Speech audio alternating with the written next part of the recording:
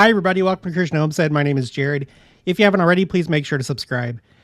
So yesterday, it was nighttime. We were getting ready for bed, and usually we watch a show before we go to sleep. And we randomly came across this video called Why Is This Number Everywhere? And it's about the number 37. And I was like, that sounds really interesting because I somewhat recently made a video about the Kansas City, Missouri temple. And we explored the idea of, could that be the temple that Christ would come to in his appearance to the New Jerusalem in Missouri? A temple that would be used for that purpose, even though later on the actual city will be built with the 24 temple complex. But for now, could it be the Kansas City, Missouri temple? And I got this comment that I didn't forget. This is from Tim Duffy. 137 is a very important prime number. And he points that out because the Kansas City, Missouri temple is the 137th temple of the church. And I pointed that out in the video because I've noticed that there's certain temples that they'll have a 7 and they'll be like an important temple. Like the Palmyra, New York temple is the 77th temple of the church. And President Hinckley really highlighted how important that temple is. And so I was thinking about this temple because, I just moved to this area. I live in Independence. This is my nearest temple. And it's the closest temple to the temple lot where the future temple will be. And so that's why this caught my attention. Even though it's not 137, it's about the number 37. But they go through and talk about how it shows up a lot.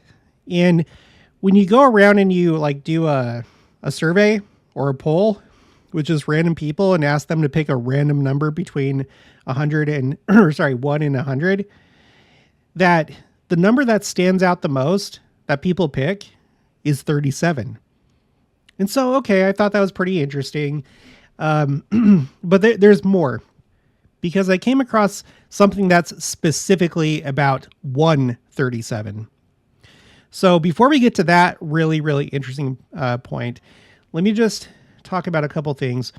Number one, with the Kansas City, Missouri temple, another thing that I've noticed with temples is that if there's a temple in really important locations, like the Rome, Italy temple, or in this case, the Kansas City, Missouri temple, they tend to have 2 spires like this, like in the style of the Salt Lake temple.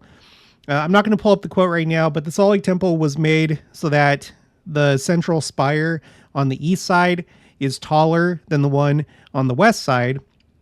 And I think that has to do mostly with this concept where when you go to an assembly room in a temple, like the Kirtland Temple, Nauvoo Temple, Salt Lake Temple, you have these pulpits that represent Adam's altar of sacrifice.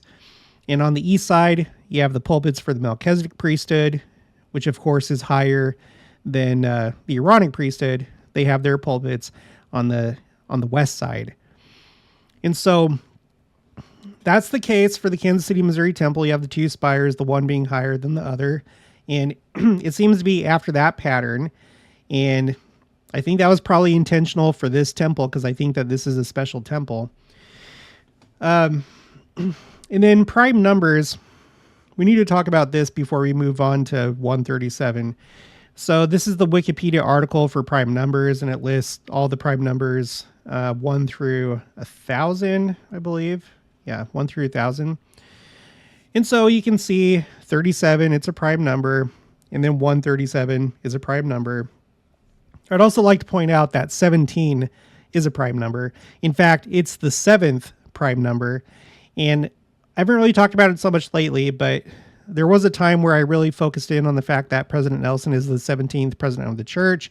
We've seen that number come up at different times. And with President Nelson and all of his 7s, it's perfect that the number that corresponds to him, him being the 17th president of the church, would be the 7th prime number. But anyway, prime numbers. Now, I don't know if there's any spiritual explanation out there. I don't think that there's any official spiritual explanation behind prime numbers. So this is not doctrine. I haven't found any quotes that say that prime numbers are special or spiritual, but I think that there is some merit to it. And let's just break this down really quick. And I don't mean to like insult your intelligence. Like I'm sure most of you know what a prime number is, but I'm talking to a large audience and I don't know everybody's level. So let's just do a quick refresher of what a prime number is. So you have numbers like 6 that can be divided by these different divisors or these factors of 6. And these are whole numbers. So of course 6 can be divided by 0.3 or some fraction, but we're talking about whole numbers. So if you were to list out all the whole numbers that are factors of 6, you come up with this: 1, 2, 3, 6. Okay. So if you divide 6 into 6 parts, you end up with this right here. And each part would consist of, each part would consist of 1. If you divided 6 into 3 parts, here it is right here, this line, each part would consist of 2. If you divide up into 2 parts, then you have this line, and each part would consist of 3. And then if you divide 6 into 1 part, then the 1 part that you have would be all 6. Okay. Now, when it comes to prime numbers, it's interesting because there are only 2 factors: the number 1 and then the number itself. And I don't know that this is the meaning behind it, but just think about this. So regardless of the size, so you have like 7 right here, you have 13, and then you have like 137. You only have 2. When you look at like 24, for example, you have 1, 2, 3, 4, 5, 6, 7, 8 different factors. That's a lot. But 137, being a much bigger number than 24, still only has 2, just the number 1 and itself. Now, I don't know about you, but the number 1, I feel like that has a pretty clear meaning in the scriptures. You'd probably associate it with God or Zion, being of one heart, one mind. It could relate to the oneness of the priesthood in eternity, right? But that idea, let's just call it the concept of God, okay? And so if 1 represents God, then you have God right here, and then whatever the number is, and whatever that number represents. So in the case of 7, it seems to represent a few different things, but one of those things is creation. You also have like perfection and completion. But so if all you have here is you have God and his creation, then that is indeed a special number. There's nothing else going on. It's just God and his creation. Or in the case of Israel, I have 13. You may be like, well, there's 12 tribes. We'll talk about that in a minute, but just think about, you have 13. It's a prime number. So let's go back here. It's the 6th, the 6th prime number. And you have God and then the 13 tribes, God, and his covenant people. So in case there's any confusion about that, why it's not 12 tribes. Okay, so I have this spreadsheet called Tribes of Israel. And you have the birth sons of Jacob and the 4 mothers, right? But we all know that Joseph became 2 tribes. You know, he had his 2 sons, Ephraim and Manasseh, and they became their own respective tribes, and they were adopted by Israel. And so you end up with 13, okay, because we're still including Levi. Now, when we're talking about land, Levi did not inherit like a large piece of land. Levi inherited cities throughout Israel, and their inheritance was the priesthood. But I'm not talking about land Israel. I'm talking about if you were to take everybody according to their patriarchal blessing and you had them line up or group up together, you would have 13 groups. Okay. You would have Levi. You would also have Ephraim and Manasseh. And I've actually kind of done that. I have this anonymous poll, and I'll put a link for this in the description box below.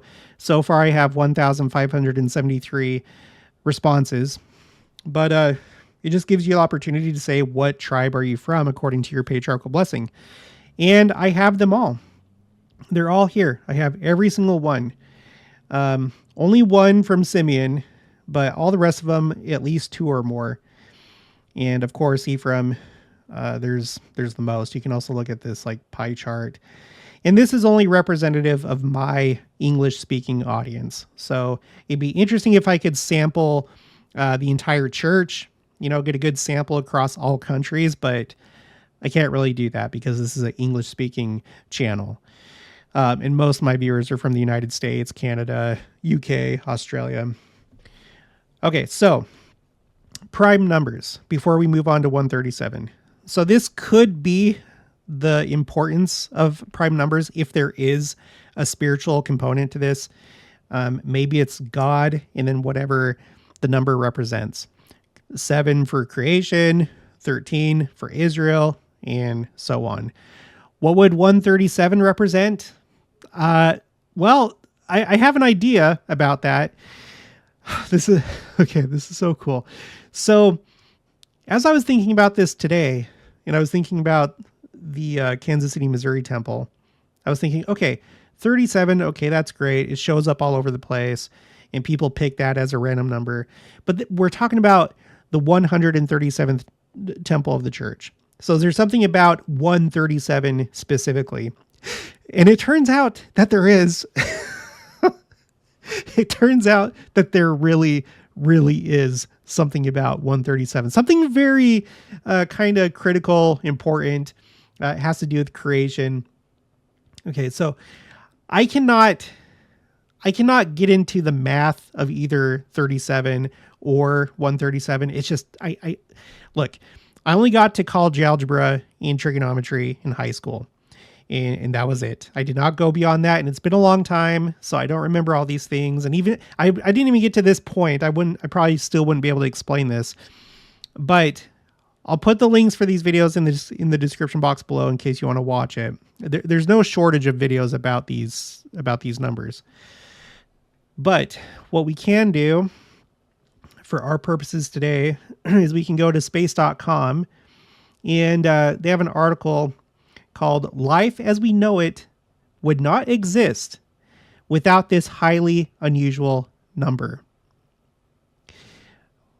Before I read this, remember we're talking about the Kansas City, Missouri temple, currently the closest temple to Independence, Missouri, the site of the New Jerusalem. This probably is not coincidence. Okay. The fine structure constant. Okay. Hopefully you know what a constant is. It's like it's a number that doesn't change, or like a ratio that doesn't change.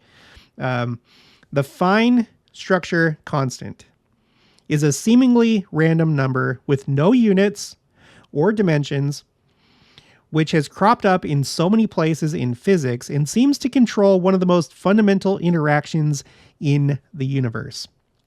Here's the equation, the mathematical expression for this. It's 1 over 37, or 1 over 137. That's what this over here, that's what this is. Okay. Its name is the fine structure constant.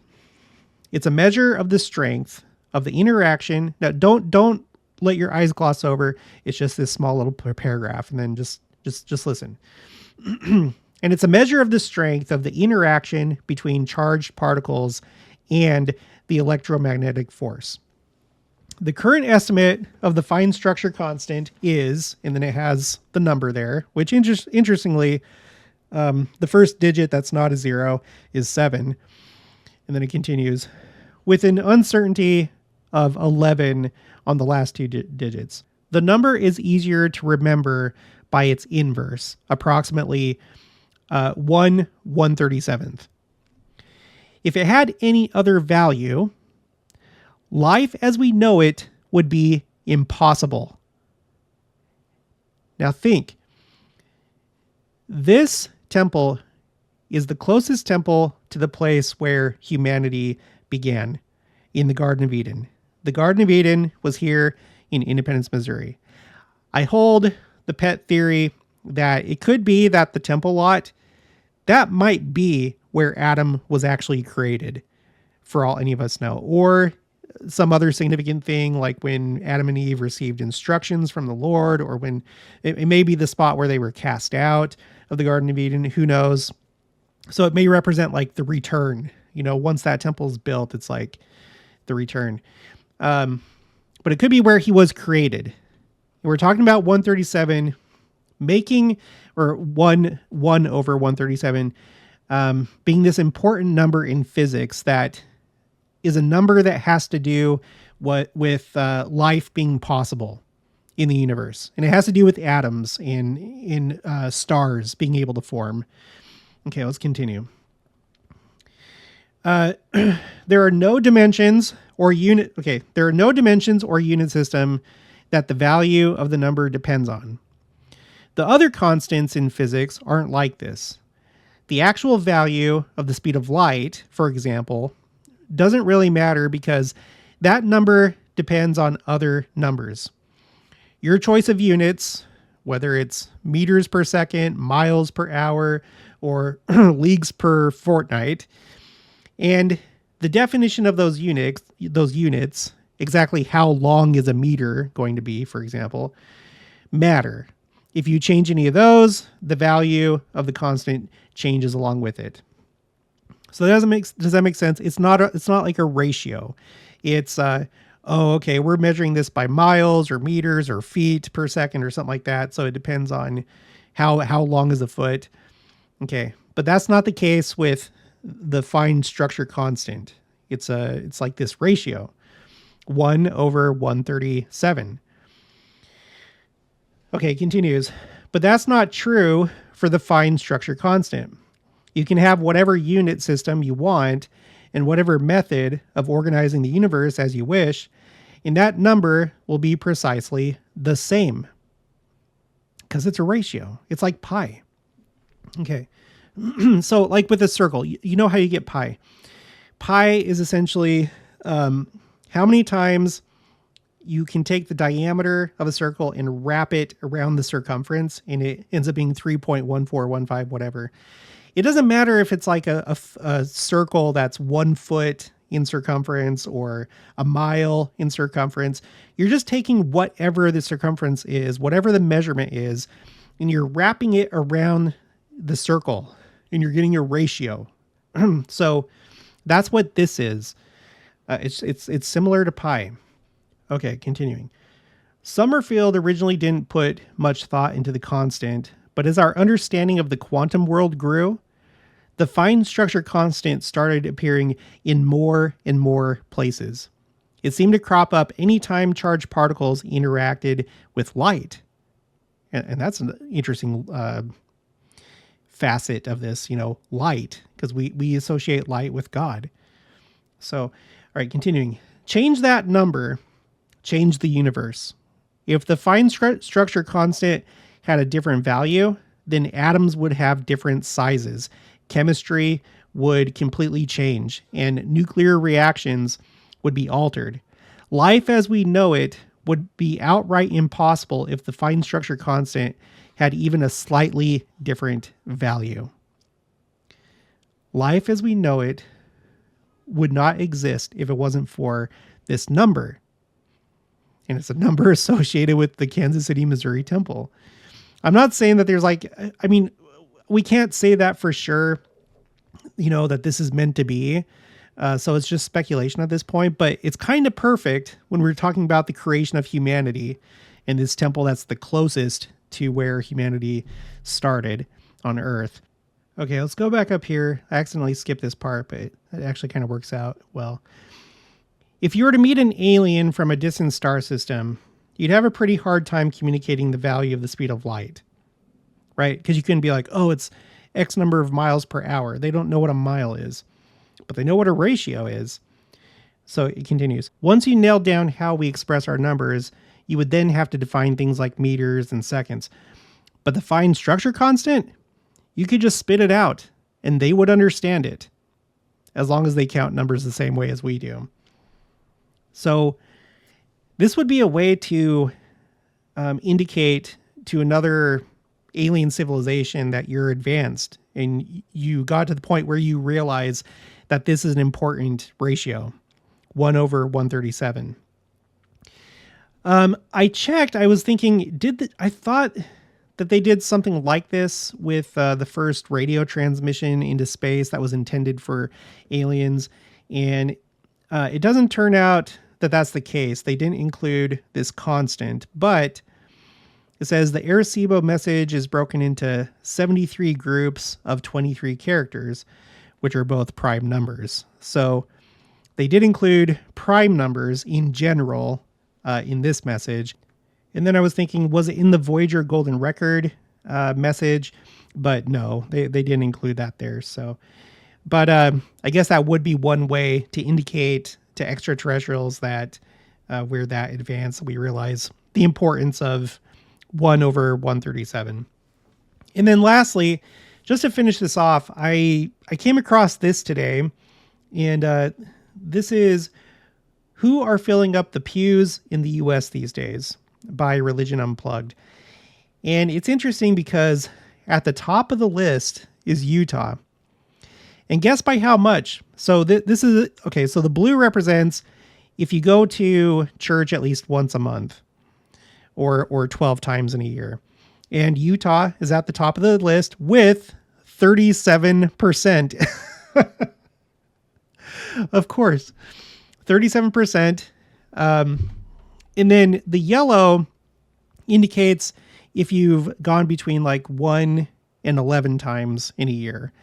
And out of all these states, Utah has the smallest yellow. And then the red is pretty high. And the person that wrote this article points out that there's like a really stark contrast in Utah when it comes to people that are really devout and people that are not religious at all or don't go to church. And I don't know, that kind of makes sense. We know that there's a big separating of wheat and tares right now, and I'm sure it has something to do with that. But anyway, I just thought I would throw this in here because Utah was at 37%. Utah and Mississippi. All right. So, okay. Well, I don't know. It blew my mind. I hope it did for you too. I do think that this is a special temple, but only time will tell if what we're talking about here really matters or not. But in the meantime, if you haven't already, please make sure to subscribe, like this video if you liked it, leave your thoughts and opinions down in the comments below. Also make sure to share it, and I'll talk to you guys later.